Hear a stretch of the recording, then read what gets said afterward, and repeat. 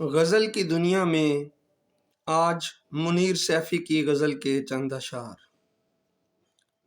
आवाज़ देके खुद को बुलाना पड़ा मुझे, आवाज़ देके खुद को बुलाना पड़ा मुझे, अपनी मदद को आप ही आना पड़ा मुझे।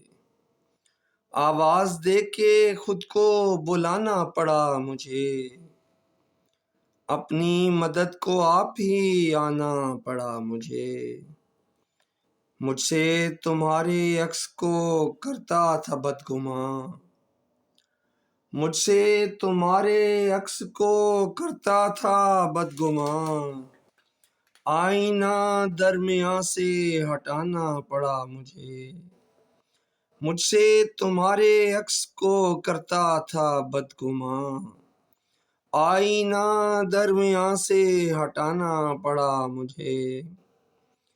पानी कबूल ही नहीं करता था मेरी लाश, पानी कबूल ही नहीं करता था मेरी लाश, दरिया को अपना नाम बताना पड़ा मुझे।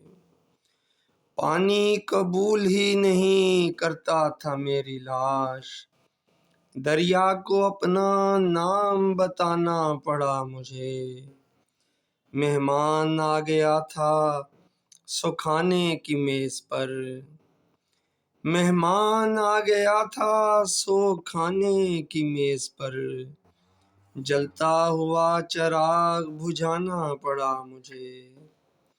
मेहमान आ गया था सो खाने की मेज़ पर, जलता हुआ चिराग बुझाना पड़ा मुझे।